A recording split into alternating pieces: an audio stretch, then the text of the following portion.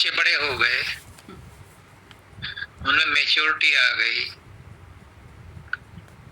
वो समझदारी की बात करते हैं, तो गुरुदेव भी खुश होते हैं, पुष्करनाथ जी भी खुश हो रहे हैं कि बगिया में फूल खिले हैं, खुशबू आ रही है। ये सब मालिक की मौज है। स्वामी जी महाराज कहते हैं, कलयुग में ऐसे ही जीवों का उद्धार किया जाएगा। जो सत्संग में आता है, सदगुरु की बात सुनता है, उस पर अमल करता है, वो मालिक के दरबार में आ चुका, मालिक के दरबार में उसकी एंट्री हो चुकी, यानी उसका उद्धार में लिस्ट में नाम आ गया। आप सबको बहुत बहुत इस बात की शुभकामनाएं कि आप सब मालिक की जो लिस्ट है उसमें आपका नाम दर्ज है। माता जी ने कहा, प्रेम करो और भेद दृष्टि मत करो। प्रेम करने में भेद दृष्टि मत करो, यानी प्रेम में द्वैत चलता ही नहीं। प्रेम करो, सबसे करो, ये समझ करके करो कि सबके अंदर परमात्मा है। जो तुम्हारे अपने हैं, जो भी तुम्हारे नजदीक अपने हैं, उन्हें गुरु के समझो, परमात्मा के समझो। देखो कितना गहन रहस्य बताया है माता जी ने। जो अपने हैं उन्हें तो परमात्मा का समझो, और जो तुम्हारे अपने नहीं है, गैर हैं, उन्हें अपना समझो, तो बचा कुछ भी नहीं। जो अपने हैं, जो बाल बच्चे हैं, परिवार है, उसे परमात्मा का समझो, गुरु का समझो, और जो पास पड़ोस में रहते हैं उन्हें अपना समझो, उनसे प्रेम करो। जो अपने हैं उन्हें प्रेम करो गुरु का समझ के, गुरु के बच्चे हैं। और जो पास पड़ोस के या दूसरे हैं जिनको तुम गैर समझते हो, उन्हें अपने समझ के प्रेम करो, तो तुम्हारा प्रेम व्यापक हो जाएगा। ये बात समझ में आई क्या? रिपीट करूं? प्रेम वही होता है जो सबके लिए हो। प्रेम में मेरा तेरापना नहीं होता, क्योंकि प्रेम में तो भक्ति और ज्ञान भी समा जाता है। प्रेम में तो निष्काम कर्म भी समा जाता है। प्रेम में सब कुछ समा जाता है। प्रेम अपनी भाषा अपने आप लिखता है। प्रेम की कोई भाषा नहीं है। क्यों? क्यों? क्यों? क्योंकि प्रेम ही परमात्मा है। Love is God, God is love. जिसने प्रेम किया वो परमात्मा का हो गया, वो परमात्मा ही हो गया। करके देखो। पुष्करनाथ जी का ढोल बजाऊंगा, पुष्करनाथ जी कहें तुम गुरु से प्रेम करो और गुरु को गुलाम बना लो। करो।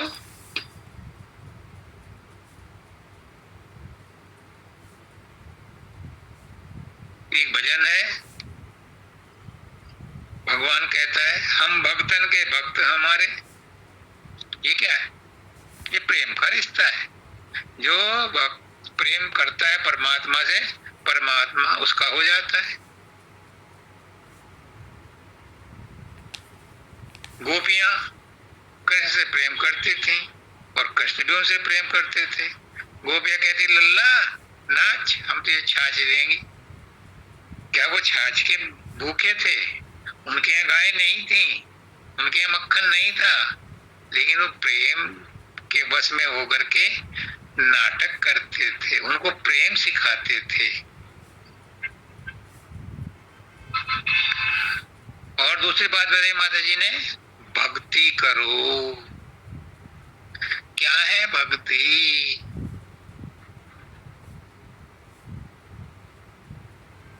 संत मत में भक्ति को सरल कर दिया।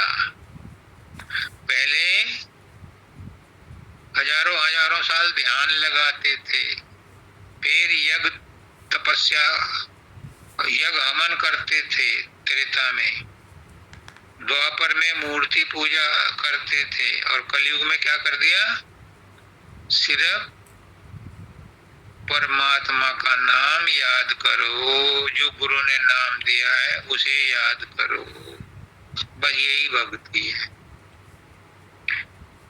दूसरी बात और इस भक्ति में एक ऐड कर दूं, गुरु कहे सो हित कर जान और गुरु कहे सो चित धर ध्यान। गुरु की बात को अमल में ले आओ, ये गुरु भक्ति हो गई। हालांकि गुरु भक्ति कपड़े दे दो जी, माला पहना दो जी, पैर दबा दो, पंखा जल लो, ये भी है। सत्संगों की सेवा करो, प्रसाद चढ़ा दो, ये कर दो, ये भी है, लेकिन ये मोटी भक्ति है। गुरु की भक्ति है कि गुरु के वचन को, गुरु के आदेश का पालन करो, ये गुरु भक्ति है। जब ये भक्ति पूरी हो जाती है तो फिर नाम भक्ति शुरू होती है। पहले ही नाम भक्ति शुरू कर देते हैं, वो कामयाब नहीं होती। गुरु भक्ति करना जरूरी है। जिसने नाम दिया है उसको भुला करके आप अध्यात्म की सीढ़ी नहीं चढ़ सकते। स्वामी जी महाराज लिखते हैं सार वचन में कि मालिक ने ये कायदा खुद मुकर्रर किया है, क्या? कि जो गुरु के माध्यम से मेरे पास आएगा, गुरु के द्वारे मेरे पास आएगा, मैं उसको ही मिलूंगा, निगुरु को नहीं मिलूंगा। जो अपने आप भक्ति शुरू कर देते हैं और गुरु से प्रेम नहीं करते, हो सकता है हठ योग में एक दो मंजिल चढ़ जाएं, लेकिन वो सफलता प्राप्त नहीं कर सकते।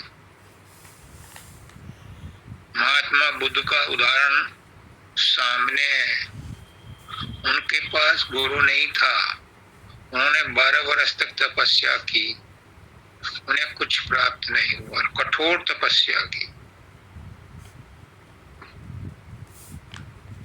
बिना खाए पिए भी की।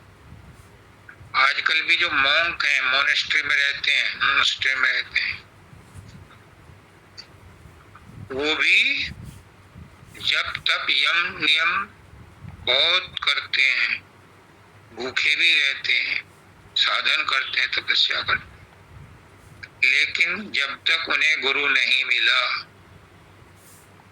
उन्हें मार्ग नहीं मिला, क्योंकि वो गुरु नहीं करने की स्थिति में थे, तो अंत समय में उन्होंने एक दिन शाम को सूरज ढलते हुए जमीन पर घुटने टेक दिए और उस सूरज को प्रणाम किया, ये कहते हुए कि मैं जितना कर सकता था कर लिया, अब मैं थक गया, मैं टूट गया, मुझसे कुछ नहीं होता, तू जो चाहे वो कर ले।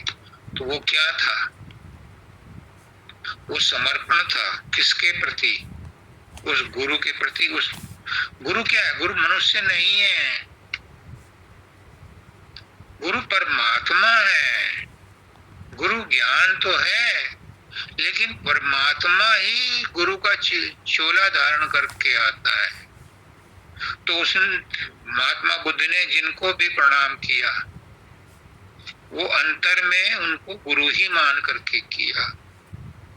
शरीर गुरु नहीं है, गुरु तो सबके अंदर बैठा है परमात्मा के रूप में, लेकिन साक्षात रूप में, साकार रूप में वो चोला धारण करके भी आता है, हमें हमारा पता बताने के लिए, हमारी समस्याओं को सुनता है, हमें उनका हल बताता है। मूर्ति पूजा जो करते हैं वो मूर्ति जवाब नहीं देती। अंदर में जो साधन अभ्यास करते हैं उनको कौन जवाब देगा? बाहर का गुरु उन्हें रास्ता बताता है, तब उन्हें पता चलता है कि ये जो अंदर में गुरु ने शिष्य ने प्रश्न किया और गुरु ने उत्तर दिया, तब वो कहता है कि हाँ, ये तेरे अंदर जो बैठा गुरु था उसने ही तुझे प्रेरणा दी है। अभी जैसे ने कहा कि प्रेम हमसे होता नहीं है, प्रेम हमसे करवाया जाता है। कौन करवाता है? जिसको आप अपना इष्ट मानते हो, और जब आप अपने आप को करके थक जाते हो, कबीर साहब भी कहते हैं, दौड़त दौड़त दौड़िया जहाँ तक मन की दौड़, और दौड़ दौड़ कर थक गया वस्तु ठौर की ठौर। गुरु तब कहता है कि तेरे अंदर ही वो सार वस्तु है, तूने दौड़ दौड़ करके ढूंढ लिया, वो नहीं मिलेगी। गुरु जो उस यात्रा का, उस मार्ग का ज्ञाता है, वो आपको अपने अनुभव के आधार पर जो बात बताएगा वो आपको आपकी मंजिल तक ले जाएगी। आज जो जयश्री ने सत्संग दिया वो बिल्कुल 100% अनुभव पर आधारित है और बहुत ही सहायक है इस मार्ग पर चलने वालों के लिए।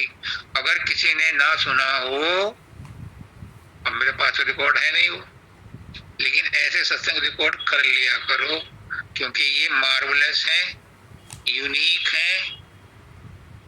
ब्रह्मांड में तो रहेंगे, लेकिन हमारा रिसीवर उन्हें कब रिसीव कर पाएगा? इनको रिकॉर्ड कर लिया करो, अगर ना जरूरत पड़े तो डिलीट कर दिया करो बाद में, 2-4 दिन बाद, लेकिन कर लिया करो। उससे ये होता है कि वो बहुत सी चीजें हमें गाइडलाइंस के रूप में मिल जाती, उपलब्ध हो जाती है। वैसे तो मेमोरी इतनी वीक है कि आदमी भूल जाता है, पर इतनी स्ट्रांग है कि दुश्मनी की चीजें, बुराई की चीजें, विषय विकार की चीजें सालों साल, उम्र उम्र याद रहती हैं, यानी संस्कार के रूप में भी पड़ी रहती हैं। पर ऐसी काम की चीजें जल्दी भूल जाते हैं। पर सत्संग बहुत मार्वलस था, जितनी भी तारीफ करूं कम है। हमारे अंदर कुछ तो है जो हमें सत्संग में आने के लिए मजबूर करता है। वो कौन है? अगर ये बात समझ में आ जाए तो आज से ही आपकी उन्नति शुरू हो जाएगी। वो कौन है जो हमें सत्संग में आने के लिए उकसाता है या प्रेरणा देता है? वही है गुरु तत्व, वही है परम तत्व, वही है प्रेम तत्व, वही है सूरत तत्व, वही है आत्म तत्व। ऐवं चलते जाते किसी का मन सत्संग में जाने को नहीं करता। सत्संग में मन उसी का जाने को करता है जिसके भाग्य जाग गए, आ गए सत्संग में और संग सत का हो गया। दुर्मति जाती रही और गुरु के मत का हो गए। सत्संग में वही आएगा। ये भाग्य में लिखा होता है कि कब किसको सत्संग में जाना है। लेकिन सत्संग का असर उसके अंदर हो या ना हो, ये भाग्य में नहीं लिखा है। ये आप लोगों के व्यवहार पर, आपके पुरुषार्थ पर निर्भर करता है। पर सत्संग में जाना, सत्संग की तड़प पैदा होना, अभी उसने बहुत बढ़िया कहा जयश्री ने, ये मानव दयाल जी भी कहते थे और मैं कई बार महसूस करता था कि जब घर से सत्संग के लिए चलो तो बस में बैठ करके गुरु का ध्यान करो, आज गुरु क्या कहेंगे, आज क्या, पिछली बार गुरु ने क्या कहा था, उनके बारे में सोचो। तो ये हो जाती है, जब हम घर से चलते हैं, पैरों से चल के जाते हैं या बस में बैठ के जाते हैं, तो हम जब तक पहुंचते हैं ये होती है सालों की। फिर जब हम गुरु के पास पहुंच जाते हैं तो वो हो जाता है सामीप्य। फिर हम गुरु की औरा में आ जाते हैं। फिर हम इधर उधर की बात नहीं सोचते, मन में उल्टे सीधे विचार भी नहीं आते। पुष्करनाथ जी कहते हैं, धोनी का ढोल बजाऊंगा, कि जो पत्थर पानी में पड़ गया, चाहे भले ही पानी उसके अंदर प्रवेश ना करे, लेकिन जितनी देर वो पानी में पड़ा रहता है उतनी देर वो ठंडा रहता है और बाहर के पत्थरों से बेहतर स्थिति में रहता है। तो जितनी देर आप गुरु के पास बैठ गए, भले ही आपसे गुरु की बात ना हुई हो, आपसे वार्तालाप ना हुआ हो, लेकिन उनकी औरा में तुम आ गए तो तुम्हें उनकी ठंडक मिल गई। पुष्करनाथ जी कहते हैं कि जितनी देर तुम गुरु के पास बैठते हो, फालतू की विषय वासनाएं या ईर्षा द्वेष के विचार उतनी देर तक वहां नहीं आते, क्योंकि गुरु की चौकीदारी, गुरु की जो औरा है वो उसको बाहर निकाल देती है। जैसे तुम्हारा फेसबुक का सर्वर होता है, वो फालतू की चीज बाहर निकालता रहता है, सिर्फ वही काम की चीज उसमें रिकॉर्ड में करता है, वो रिकॉर्ड करता है। फिर इन्होंने बताया कि अगर गुरु से प्रेम, सच्चा प्रेम नहीं होता, कोई बात नहीं, एकदम से थोड़ा ना होता है। बच्चा भी तो धीरे धीरे चलना सीखता है, और झूठ भी तुम एक दिन में थोड़ा ना बोलना सीख जाते हो। झूठ बोलने के लिए भी बहुत प्रैक्टिस करनी पड़ती है। काम, क्रोध, लोभ, मोह, अहंकार में एक दिन में थोड़ा ना ट्रेंड हो जाते हो, ये भी बरसों लग जाते हैं, उम्र लग जाती है, तब जाकर के इनमें आप ट्रेंड होते हो। तो ऐसे ही प्रेम भी अगर शुरू में नहीं हुआ तो वो कहती है हमारी आचार्य केसरी कि कम से कम ख्यालों में तो प्रेम करो, भाव में तो प्रेम करो। और स्वामी जी महाराज भी एग्जैक्टली यही वर्ड यूज करते हैं कि जिसको तुम प्रेम करते हो उसे ख्यालों में तो प्रेम कर लो। तुम्हारे पास नहीं है बैठा इस समय पति या बच्चा, बाहर पढ़ रहा है, बाहर नौकरी कर रहा है, उसे तुम प्रेम नहीं कर सकती, एकदम जप्पे नहीं मार सकते, तो उसे भावों में, ख्यालों में तो प्रेम कर सकते हो, तुम्हें वही मजा मिलेगा। ये बुराइयों के साथ भी आता है। बुरे विचार आप जब आते हैं तो हम उनमें इतने खो जाते हैं कि हम उनका मजा लेते हैं। तो क्या प्रेम को नहीं किया जा सकता? ऐसे ही प्रेम भी ख्यालों में किया जा सकता है, और फिर वो ख्यालों का प्रेम सच्चा प्रेम बन जाएगा। शब्दानंद जी कहते हैं कच्ची खेले सच्ची होवे। पहले गुड्डी गुड़ियों खेल खेलती थी लड़कियां, तो उनकी ब्याह शादी करती थी गुड्डी गुड़ियों की, तो कहते थे कि पहले कच्ची खेले तब सच्ची हो गए, फिर वो सच्ची हो जाती थी। इसलिए प्रेम करने के लिए कहीं तो शुरुआत करनी पड़ेगी, और करत करत अभ्यास के जड़ मत हो सुजान। जब अभ्यास करते करते हम जुआरी हो गए, अभ्यास करते करते हम निंदक हो गए, अभ्यास करते करते हम दुखी हो गए, तो अब अभ्यास करते करते हम सुखी भी हो सकते हैं, हम प्रेम भी कर सकते हैं, हम प्रसन्न भी रह सकते हैं। प्रसन्न रहने का अभ्यास करो। पुष्करनाथ जी कहते हैं कि राजेश, मैं सबको कहता हूँ खुश रहो, अगर मेरी इसी बात को मान ले तो ना कुछ करने की जरूरत नहीं, खुश रहो। और जिंदगी में चाहिए क्या? जो खुश है वो सब कुछ है। एक आदमी था, वो थोड़ा बहुत काम करता और मस्त रहता, और बाकी टाइम अपना सैर सपाटा करता या पेड़ के नीचे बैठ करके सोता। किसी ने उसे कहा कि भाई तू ये क्या करता है? अभी मैंने आज की मछली पकड़ ली, जितनी मुझे आज की जरूरत है उतनी मैंने पकड़ ली, इन्हें शाम को जाके बेचूंगा, और मैं क्या करूं? तू और पकड़ कि क्या होगा, और ज्यादा पैसे मिलेंगे, फिर क्या होगा? तू छोटे जाल की बजाय एक नाव खरीद लेना, उस पर मछली पकड़ना बहुत ज्यादा आएंगी। उसके बाद क्या होगा? उसने कहा कि उसके बाद ट्रॉलर खरीद लेना, फिर और मछली पकड़ना। उसने कहा फिर क्या करूंगा? और उसके बाद तेरे पास बहुत संपत्ति हो जाएगी, मकान खरीदना, गाड़ी खरीदना, होटल में जाना। उसके बाद क्या करूंगा? फिर ऐश करना का। अब क्या कर रहा हूँ? ऐश कर रहा हूँ। फिर मैं ऐसे ही कर रहा हूँ। कहने का मतलब ये है कि जो भी करो खुशी के लिए करो। हम जो करते हैं वो स्वार्थ के लिए करते हैं, और स्वार्थ में खुशी नहीं मिलती। थोड़े दिन भले ही खुश रह जाए स्वार्थी आदमी, लेकिन फिर उसको कष्ट ही होता है। आगे इन्होंने कहा याद करना, गुरु को याद करना। भाई इतना ही भजन काफी है, इतना ही अभ्यास काफी है कि उसको याद करो, बैकग्राउंड में रखो। बच्चे को भी तो याद करते हो। किसी ने पूछा कबीरदास से कि तुम सारा दिन तो ये कपड़ा बुनते हो,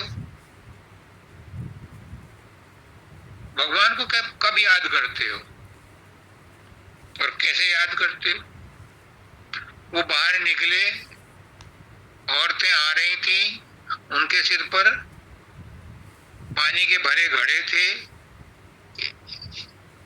एक सिर पर था, एक बगल में था, एक हाथ में लटका रखा था। और फिर भी कुछ तो उनमें ऐसी थी जो इनके सिर पर एक के ऊपर एक दो घड़ा था, दो घड़ा, दो गढ़। और फिर भी वो पैरों से कभी क्या ना पत्थर को ठोकर भी मारती थी। तो कबीर साहब ने उस आदमी से कहा कि ये क्या कर रही हैं? इनके सिर पर घड़ा रखा है, वो पानी नहीं छिलक रहा, और ये चल के भी आ रही है, ऊंचे नीचे सड़क पर भी चल रही है। उनका इनकी एकाग्रता इन्हें कामयाबी दे रही है। तो कबीर साहब ने कहा कि मैं भी अपनी एकाग्रता से काम करता हूँ, और साथ ही उसी एकाग्रता के साथ मैं अपने रब का नाम लेता हूँ, राम का नाम लेता हूँ।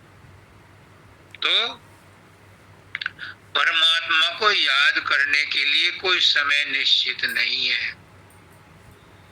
शुरू में समय निश्चित करना पड़ता है, स्थान निश्चित करना पड़ता है, फिर ये आदत बन जाती है। और दूसरी बात ये कि जो याद करेगा उसी पर दया बरसेगी। याद का उल्टा दया है। एक वर्ड इन्होंने इस्तेमाल किया, एकाग्रता और सजगता, अवेयरनेस एंड कंसंट्रेशन। बहुत अच्छा लगा मुझे। एकाग्रता तो मिल जाती है,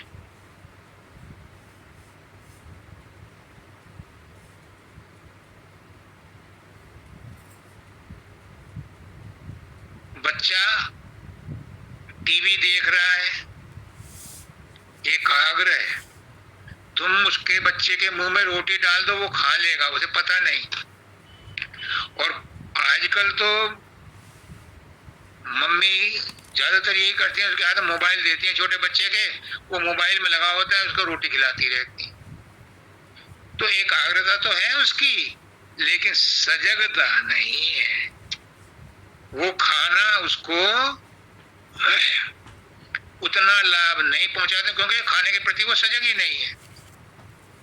ये बहुत बढ़िया एग्जाम्पल है कि हम अभ्यास में बैठे,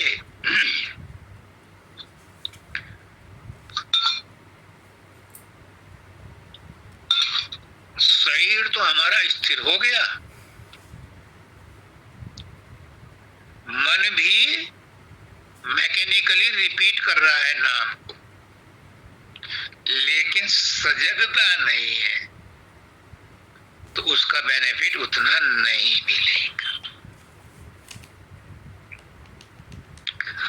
तो सजग रहना भी जरूरी है, अवेयर रहना भी जरूरी है। बार बार अपने आप को खींच के लाओ। कृष्ण भगवान कहते हैं गीता में अर्जुन को, जब अर्जुन ने कहा कि महाराज जी, ये मन तो हवा की तरह चंचल है, इसे कैसे बांधा जाए, तो मुट्ठी में भी नहीं बंधता। तो कृष्ण भगवान ने कहा, निश्चित रूप से मन बहुत बलवान है और चंचल है, लेकिन अभ्यास से ये वश में आ जाता है। तो अभ्यास से जब घोड़ों को, बैलों को, अब तो बैलों को ट्रेंड कोई करता ही नहीं, हल ही नहीं चलते, तांगे में भी नहीं जोड़ना पड़ता। पहले तो तांगे में जोड़ने के लिए भी उनको ट्रेंड करने पड़ते थे, और उसके लिए खास ट्रेनर हुआ करते थे। घोड़ों का भी अब कौन करता है, मिलिट्री में कहीं हो तो ट्रेनर। लेकिन मन को ट्रेन करना हर इंसान का फर्ज है, जो सांसारिक, मानसिक और आध्यात्मिक उन्नति चाहता है। क्योंकि इन तीनों में अगर मन साथ नहीं है, मन ट्रेंड नहीं है, मन नियंत्रण में नहीं है, वश में नहीं है, तो न सांसारिक सुख मिलेगा, न मानसिक सुख मिलेगा, न आध्यात्मिक प्रगति। बहुत अच्छा सत्संग था इनका आज। अब आता हूं मैं मेरा प्रिय गीतम ने जो आज शब्द पढ़ा,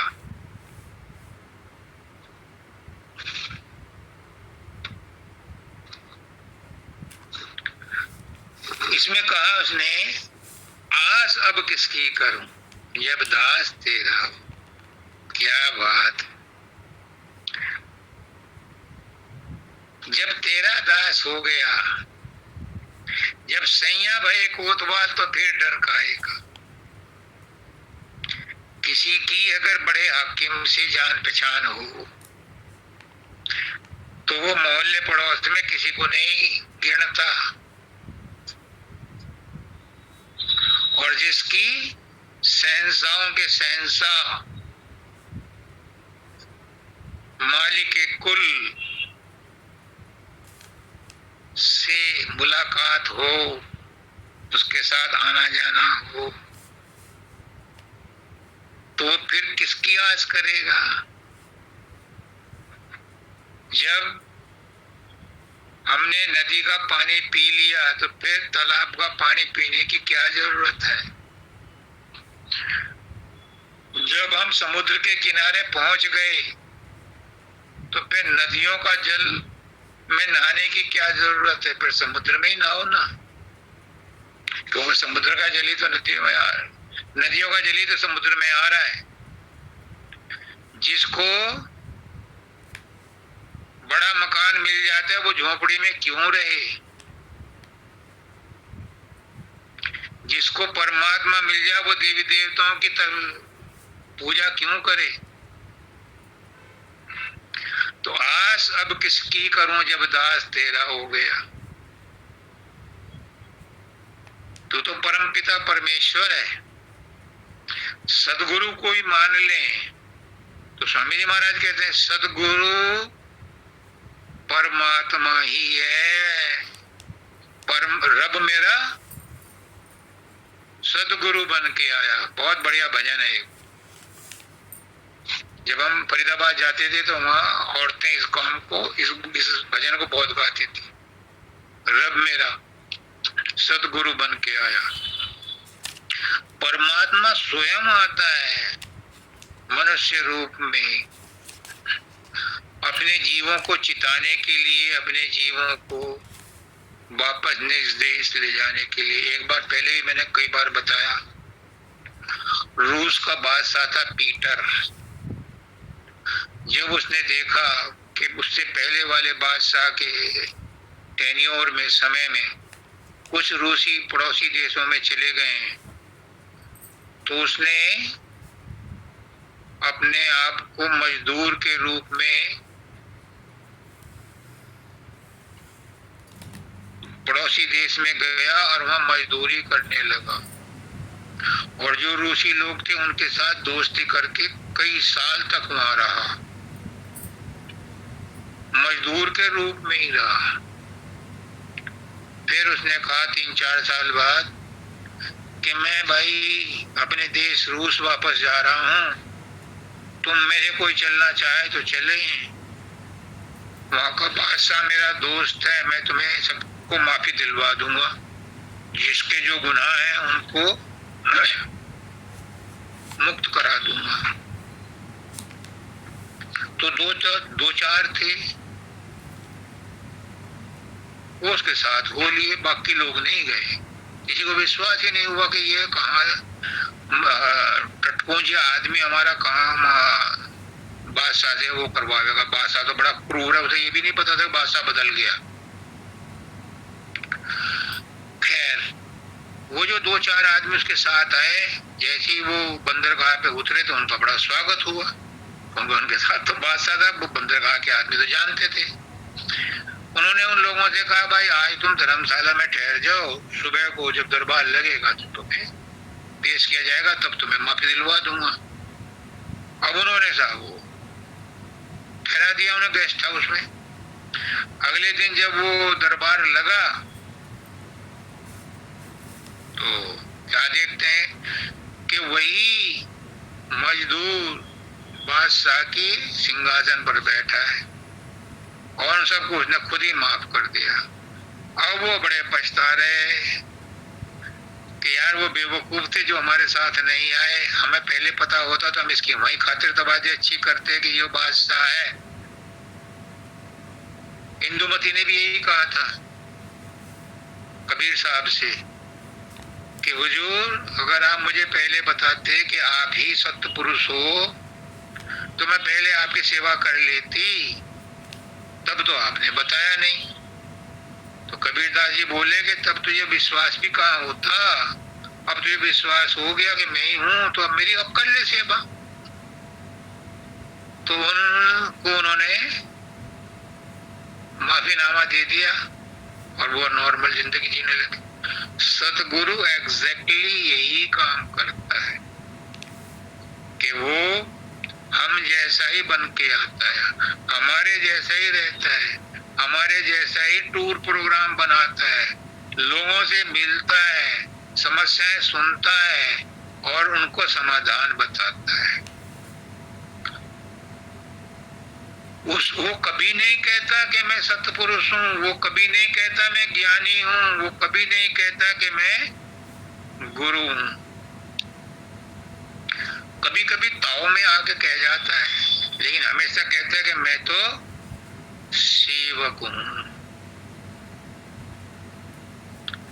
गुरु तो मेरा बहुत बड़ी हस्ती है, वो जो कुछ चाहता है वो करा लेता है। मैं कुछ नहीं करता, मैं गुरु नहीं हूं। मैं तो गुरु के आदेश का पालन करता हूं क्योंकि उसने मुझे मोहरा बना लिया है और ये मैं खुश नसीब हूँ कि मुझे मोहरा बनाया गया। मेरे बड़ा सौभाग्य है कि उन्होंने मुझे चुना। वो किसी को भी चुन सकते हैं, किसी से भी काम निकाल सकते हैं। गुरु का काम परफेक्ट होता है क्योंकि वो सर्वशक्तिमान है, सर्वसमर्थ है, जिसको चाहे। अब कहते हैं कि गुरु सीधे मदद किसी की नहीं करता, परमात्मा सीधे मदद किसी की नहीं करता। मैं तो यहाँ तक भी कहता हूँ कि मौत भी किसी को सीधे एकदम नहीं आती, बहाना बना के आती है। ऐसे ही परमात्मा भी जिसको कुछ देना होता है उसे साधन बना देता है। तो जो गुरु पर विश्वास कर लेते हैं उनके काम हो जाते हैं, लेकिन उन्हीं के होते हैं। वो चाहे कि किसी और के हो जाए, जब तक वो नहीं चाहेगा और वाला, जब तक उसका विश्वास नहीं होगा, तुम्हारे रिक्वेस्ट करने से कुछ नहीं होता।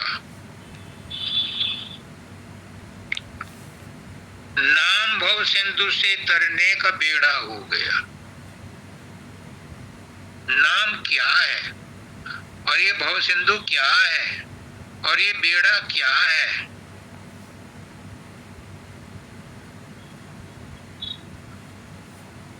भव सिंधु है ये संसार और ये हमारे विचार, विचार ही भव सागर हैं।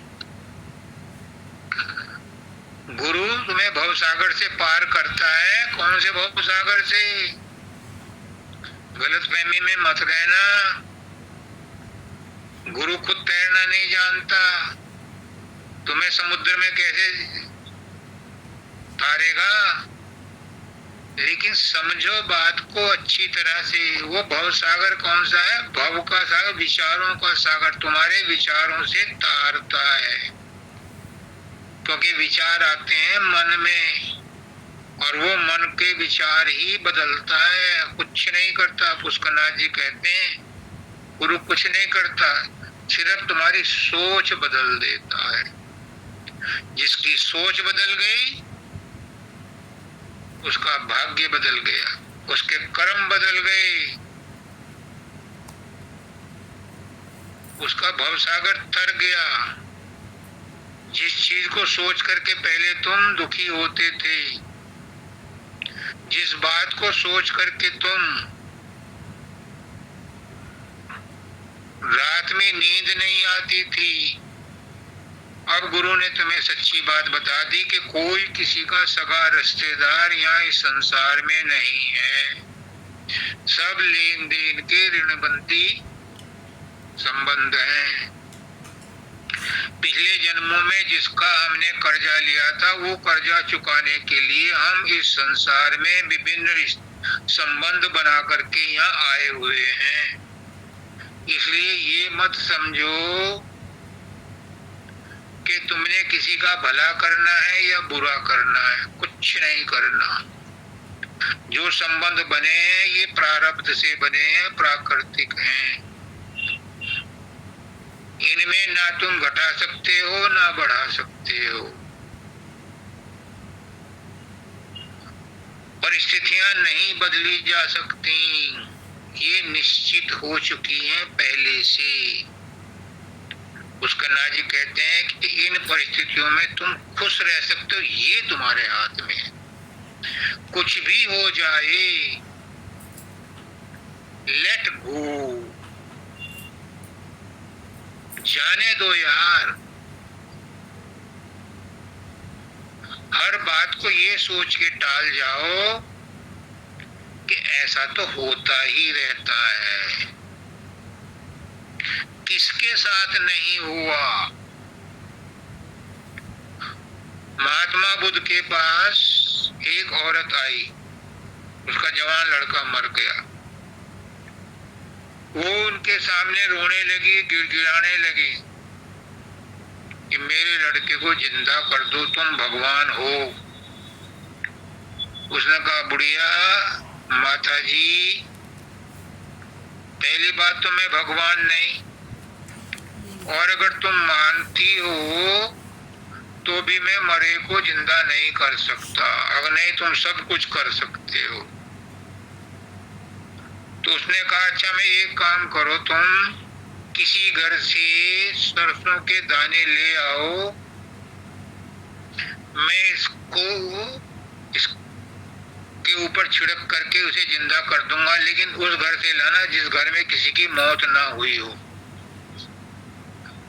वो सारा दिन ढूंढती रही, कोई घर में ऐसा नहीं मिला कि जिस घर में मौत ना हुई हो। जब वो अगले दिन पहुंची तो उसने कहा महाराज जी मुझे तो ऐसा कोई घर नहीं मिला। उसने कहा जब तुझे ऐसा घर नहीं मिला तो अब तो तुझे यकीन आ गया कि सबके घर में मौत होती है, फिर इसके लिए क्यों जिद करती है? जो परिस्थिति है इसी में खुश रहो, इसी को स्वीकार करो। गुरु भी यही कहता है मेरे भाइयों, बच्चों, बहनों, माताओं, बच्चों, बुजुर्गों, कि जो परिस्थिति आपके सामने है इसे एज इट इज स्वीकार करो, कोई इसे बदल नहीं सकता। ये तुम्हें स्वीकार करनी ही पड़ेगी। अगर स्वीकार कर लोगे तो तुम्हें दुख नहीं होगा। एक राजा था, वो गुरु के पास गया, गुरु से पूछा उसने कि महाराज जी मुझे कोई ऐसा मंत्र, ऐसा तबीज दे दो कि मेरे ऊपर जब मुसीबत आए तो वो टल जाए। तो गुरु ने कहा कि देख भाई, मेरे गुरु ने ये तबीज दिया था और ये कहा था कि जब तक जान पे ना पड़ जाए तब तक इसे खोलना मत। इसमें तेरे परेशानी का हल लिखा है, पर छोटी मोटी परेशानी के लिए मत खोलना इसे। जब जान पर ही पड़ जाए तब खोलना। और मैं ये जो ऐसी जरूरत नहीं पड़ी तो मैंने कभी नहीं खोला। आप इसके हकदार हो, अधिकारी हो, आप राजा हो, आपको मैं दे रहा, ये मेरे गुरु की अमानत है, लेकिन तब खोलना जब ये जान पर आ जाए। वो ले गए, चला गया। अब 2-4 साल बाद उसके साथ का हादसा होता कि पड़ोसी देश ने उस पर हमला कर दिया, और हमला कर दिया तो राजा हार गया। बाल बच्चे भी उसके महल में ही थे, वो छोड़ करके भाग गया। दूसरा राजा उसके ऊपर काबिज हो गया। ये भागते भागते अपने घोड़े पर दूर निकल गया जंगल में, और वहां ठोकर लगी घोड़े को। पीछे सिपाही थे, अपने नहीं दुश्मन के, उसे पकड़ने के लिए आ रहे थे। ये ठोकर लगी घोड़े को और ये झाड़ी में गिर गया। अब झाड़ी में गिर गया तो घोड़ा भी मर गया। अब उन सिपाहियों ने इधर उधर देखा कि दौड़ा भागा, इधर देखा कि ये पता नहीं कहाँ चला गया, लौट के चले गए। जब इसे एहसास हुआ कि वो सब चले गए तो उसको याद आया कि तबीज दिया था यार गुरुजी ने, इसे देखो खोल के क्या है, क्योंकि अब तो जान पर बन गई। उसने खोला तबीज को तो उसमें लिखा था ये वक्त भी नहीं रहेगा, बस इतनी सी बात। अब देखो, मुसीबत में फंसा था, ये सलाह मिली कि ये वक्त भी नहीं रहेगा, उसे बड़ी तसल्ली हुई, हौसला हुआ कि गुरु कह रहा है ये वक्त भी नहीं रहेगा। यूं तू करके वो जंगल के पार दूसरे उसमें गया, वहां कुछ लोगों से मिला, फिर थोड़ी बहुत फौज इकट्ठी करी, फिर कुछ यार दोस्त जो थे अपने जानने वाले राजा, उनके पसंदे से भेजा, और फिर उसने अपने राज्य को वापस लेने के लिए लड़ाई लड़ी और जीत गया। तो एक छोटी सी नसीहत मिलती है, क्या? कि जो भी परिस्थिति है इसे स्वीकार करो और ये मान के स्वीकार करो कि ये भी नहीं रहेगी। बुरे वक्त चले गए वो भी नहीं रहे, अच्छा वक्त चला गया वो भी नहीं रहा, बचपन था वो नहीं रहा, जवानी थी वो नहीं रहा, तो बुढ़ापा भी नहीं रहेगा। दूसरी बात, कोई भी अपना सगा संबंधी नहीं है, किसी के लिए जान मारी मत करो। सब अपने अपने कर्म लिखवा करके आए हैं, उनको भुगतने दो। किसी के बारे में तुम अपना जमीर क्यों खराब करते हो? माँ बाप तो जन्म देनिया नाय कर्म का साथी हो, तो भव सागर से कैसे पार करेगा? जो उसकी बात को मान जाएगा, उन बातों पर अमल करेगा, उसके विचारों का भव सागर वो पार कर जाएगा। अगर गुरु की बात, वही गांव की कहावत हमारे गांव में कहते थे कि गुरुदेव आपकी सारी बातें मंजूर हैं, सारा सत्संग सुन लिया, बड़ा अच्छा लगा, लेकिन पतनाला तो वहीं गिरेगा। मतलब मैंने ना सुना कुछ भी। ऐसे काम नहीं, ऐसे विचार नहीं बदलेंगे। विचार तभी बदलेंगे जब गुरु की बात पर 100% विश्वास होगा कि गुरु ने कह दिया नहीं चिंता करनी तो नहीं करनी। पुष्कना जी बार बार कहते थे अपनी चिंताएं मुझे दे दो और अचिंत रहो और मुझसे प्यार करो। सुखी रहना है तो गुरु से प्यार करो और चिंताएं छोड़ दो। सदानंद जी महाराज कहते हैं कि चिंता और भाषा लेकर के कोई सतलोक नहीं जा सकता। क्यों? क्योंकि सतलोक में ये विकार नहीं है। अगर यहाँ से कोई चिंता या भाषा लेकर के गया तो सतलोक का माहौल बिगड़ जाएगा। वहाँ की सारी सूरतें अडल्ट्रेटेड हो जाएंगी, वो सारी संक्रमित हो जाएंगी। इसलिए वहां ले जाने की इजाजत ही नहीं है। जब पौड़ी पौड़ी चढ़ के तो यही सारे इच्छाएं, आशाएं, वासनाएं, तृष्णाएं, कामनाएं रगड़ रगड़ के धो दी जाती हैं। फाइनल भंवर गुफा में वॉशिंग मशीन का जो वो है स्पिनर, वो सब को साफ कर करा है, ड्रायर, हाँ, वो सब को साफ करके और तब अंदर जाने की इजाजत दे दें। सतलोक में वही पहुंचेगा जिस पर कोई विकार किसी किस्म का नहीं है। तो तुम ये चिंताएं लेकर के ये मेरा है, ये उसका है, मुझे दुख है या उसको दुख है, मुझे ईर्षा है या उसको ईर्षा है, ये भाव लेकर के कोई सतलोक नहीं जा सकता। सतलोक क्या, वो ब्रह्मांड में भी प्रवेश नहीं कर सकता। सतलोक में तो 0 टॉलरेंस है, लेकिन ब्रह्मांड में घुसते हुए भी बहुत बड़ा फिल्टर है। शायद जल कमल में नहीं घुसा जाना देने का, वहीं रोक लिया जाएगा। और त्रिकुटी में तो और बड़ा फिल्टर है, वहां मन का, ब्रह्मांडी मन का स्थान है। वहां पर तभी प्रवेश मिलेगा जब मन पूरी तरह से निर्मल हो जाएगा। इसलिए अपने ऊपर तरस खाओ,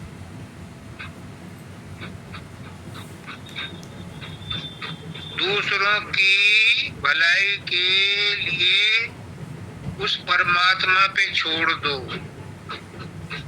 परमात्मा जब चाहेगा तुमसे या किसी और से उसकी भलाई करवा लेगा। तुम अपनी शांति क्यों बर्बाद करते हो, जबकि हमें पता है कि हम चाह करके भी, प्रयास करके भी किसी को कुछ नहीं दे सकते, तो अपनी जो चैन की नींद है उसे क्यों खराब करते? खुदा के लिए अपने आप पर तरस खाओ। इन्होंने एक बात और कही मेरे प्यारे गीतम ने, ये मानव दयाल जी के साथ से जुड़ा हुआ है मेरे साथ। आगरा में था मैं तब भी, और उससे पहले मानव मंदिर में इसके भी पत्र छपते थे। ये प्रश्न किया करता था मानव दयाल जी से, और वो उसके मानव दयाल जी मानव मंदिर में ही उत्तर भी दिया करते थे। तब से मैं इसको जानता हूँ। मुलाकात तो बाद में हुई थी इसकी मेरी, लेकिन इसके पत्र में पहले से पढ़ता था। जिज्ञासु है ये। इसने लिखा है कि तुम एक कदम चलो तो गुरु 1000 कदम तुम्हारे पास आएगा चल करके। पुष्कर नाथ जी भी कहते थे कि तुम एक कदम चलो तो गुरु 100 कदम चल के तुम्हारे पास आएगा। इसका सबूत मैं देता हूं ताकि तुम्हें विश्वास हो जाए। जब तुम गुरु के द्वारा बताए गए नाम का सुमरन करते हो या गुरु को याद करते हो, चलो याद ही करने की बात करो। जब तुम गुरु को याद करते हो, चाहे मुसीबत में करते हो या सुख में याद करते हो, अगर सुख में याद करोगे तो दुख नहीं आएगा, लेकिन अगर दुख में भी याद करते हो तो भी कुछ ना कुछ राहत तुम्हें मिल ही जाती है। वो तुम्हें महसूस इसलिए नहीं होती क्योंकि मन शांत नहीं है, और जिनका मन शांत हो जाता है उन्हें प्रत्यक्ष दिखाई देता है। जैसे ने भी अभी कहा कि महसूस हो जाता है कि मैं भटक गई हूं, और वापस लौट जाती है। इसने भी कहा है, गीतम ने भी, कि मन अगर भटक जाता है तो कोई शक्ति ऐसी अंदर में है जो गुरु का नाम याद करने के लिए मजबूर कर देती है। दूसरी बात, जो सिंसियरली करते हैं सुमरन ध्यान भजन, जो पहली स्टेज पार कर गए,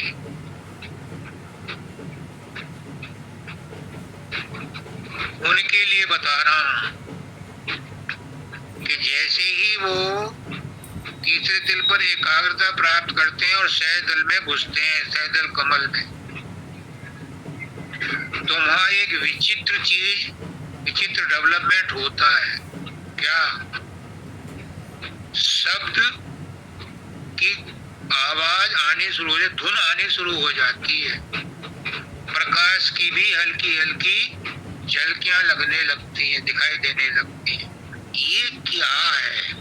बस आज इसी पर मैं बता करके यहीं समाप्त करता हूं। ये क्या है? प्रकाश का झलक मिलना और वो धुन की झंझनाहट, गनगनाहट, घंटों की आवाज, ये क्या है? नोट कर लो। मैंने पिछली बार भी कहा था कि कॉपी पेन लेकर के बैठा करो, कोई अच्छी बात हो तो उसे नोट कर लिया। ये क्या है? इस बात, ये किस चीज का संकेत है? ये इस बात का संकेत है कि आपकी प्रार्थना स्वीकार कर ली गई है, और शब्द महाराज जो हमारे अंदर बैठा है उसको आदेश हो चुका है कि तुम इसे अपना रूप दिखाओ, गुरु मोहे अपना रूप दिखाओ। तो शब्द के रूप में गुरु अपना रूप उसको दिखा रहा है, इसलिए आपको अंदर में आवाज या धुन सुनाई पड़ती है। इसका निचोड़ क्या है? तुमने अभी शुरुआत की है, लेकिन शब्द महाराज 1000 कदम चल करके तुम्हारे अंदर प्रकट हो गए। तुम तो एकाग्रता और सजगता प्राप्त करके उस अवस्था को कंप्लीट रूप से सुनने के लिए। पता नहीं कब पहुंचोगे उस शब्द के पास, लेकिन शब्द महाराज तो पहले ही आपके अंदर एडवांस में आ चुके हैं, आपको धुन सुना रहे हैं। ये इस बात का प्रमाण है कि आपकी एप्लीकेशन स्वीकार हो चुकी है और उस पर एक्शन हो गया है, और ये स्टार्टिंग पॉइंट आपको बता दिए हैं। हर अभ्यासी को अभ्यास करते हुए कुछ ना कुछ चिन्ह मिलते हैं, उनको बड़े आदर के साथ स्वीकार करो, मालिक का शुक्रिया किया करो। हे मालिक, तेरा शुक्रिया, तूने आज मुझे ये अजीब सा अनुभव कराया। जब तुम उसका शुक्रिया अदा करोगे, उसके प्रेम में तुम और द्रवित होगे, तो वो और खजाने आपको देगा। आपको कुछ अनुभव हुआ और आपने उसे इग्नोर कर दिया, या आपको अभी पता भी नहीं चला कि ये प्रगति हो रही है। गुरु इसीलिए सत्संग में आपको ऐसी बातें बताता है कि ये डेवलपमेंट छोटे जरूर हैं, लेकिन बड़े काम के नुक्ते हैं। ये इस बात का संकेत है कि आप सही रास्ते पर चल रहे हो। इसी तरह से चलते चलते एक दिन तुम उस मंजिल दर मंजिल पास करते हुए अपनी फाइनल डेस्टिनेशन पर पहुंच जाओगे।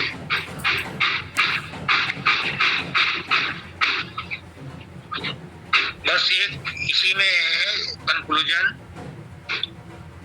कि गुरु से कुछ मत मांगो, गुरु से सिर्फ यही मांगो जो गीतम ने मांगा है कि तुम्हारे चरणों में लगा रहूं, तुमको ना भूलूं दाता। बस यही वरदान दो, यही मेरी इच्छा है कि तुम्हें ना भूलूं, हर समय तुम्हें याद करता रहूं, तो उसकी दात और ज्यादा आएगी, और ज्यादा आएगी। अगर तुमने उससे कुछ मांगा तो जरूरत पड़ी तो वो देगा, लेकिन जरूरत नहीं पड़ी तो नहीं भी देगा। पर तुमने मांगा तो तुमने सौदा किया। सौदा मत करो, अपने आप को समर्पण करो, अपने आप को उसे दे दो कि मैं तेरी, तू मेरा, तेरे बिना और कोई नहीं है मेरा। जब तुमने ये भावना पैदा कर दी, तुम्हारे अंदर ये भाव पैदा हो गए, समझ लो तुम्हारा उद्धार हो गया। क्योंकि ये भी बड़े भाग से मिलता है, ये भाव भी गुरु कृपा से ही मिलता है। अब ये जो गांधी जी हैं बार बार कुछ कहना चाह रहे हैं, इनकी सुन लो, और फिर मैं सबको खत्म कर दिया मैंने। कुछ कहना चाह रहे हैं, इनको सुन लो, उसके बाद फिर मैं आपको